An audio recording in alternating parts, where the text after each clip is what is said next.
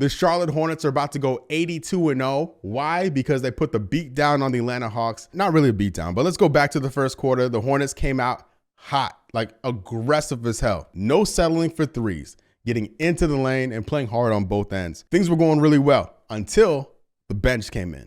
Now, the Charlotte Hornets bench is dreadful at the moment. We'll see what these young guys turn out to be. We'll see what they do in terms of additions. Ish Smith was just signed. He didn't play tonight.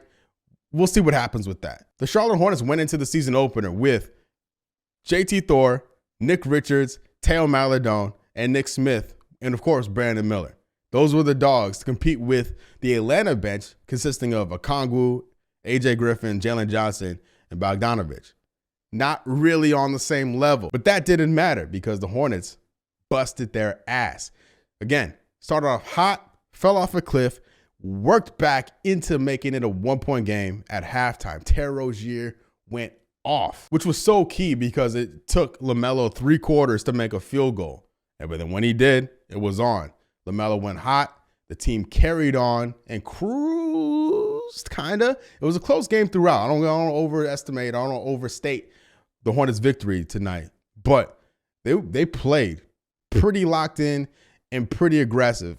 Maybe too aggressive. Couple guys in foul trouble. We saw Brandon Miller exit the first half basically prematurely because he picked up 3 fouls. We've seen way too many turnovers tonight.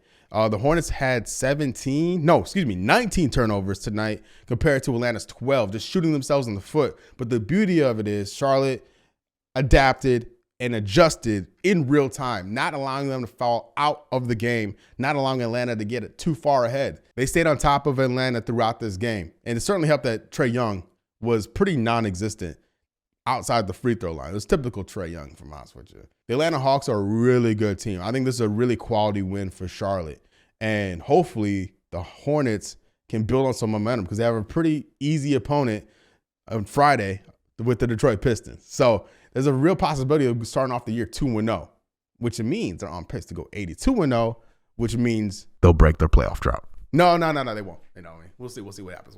I don't get too ahead of myself. But it's a very good win, a very quality W, very, very quality W. Brandon Miller, I mentioned the foul trouble. Outside of that, I thought he played very well tonight, hitting some big shots, playing some really good defense, running the floor extremely well. He looks like he belongs in the NBA. Mark Williams with a double-double, looking like a real beast in the paint, making it real difficult for guys like Trae Young and Sadiq Bey and the rest of them to get into the lane and make something happen. Mark Williams isn't going to stop you every possession, but he's going to make it really difficult for you. And that's an element we've been missing on top of what he's been doing at the free throw line. Mark Williams is not a liability at the free throw line, and it's a wonderful thing. He went 3 for 3 tonight. Also, shout out PJ Washington. Game high 25 points, and every single one of those mattered. A lot of big shots out of PJ tonight. Contract year, Gordon Hayward, 10 points, 8 rebounds, 7 assists. Lovely stuff. Super solid. Nothing bad, nothing great, just really solid. That if we get that for,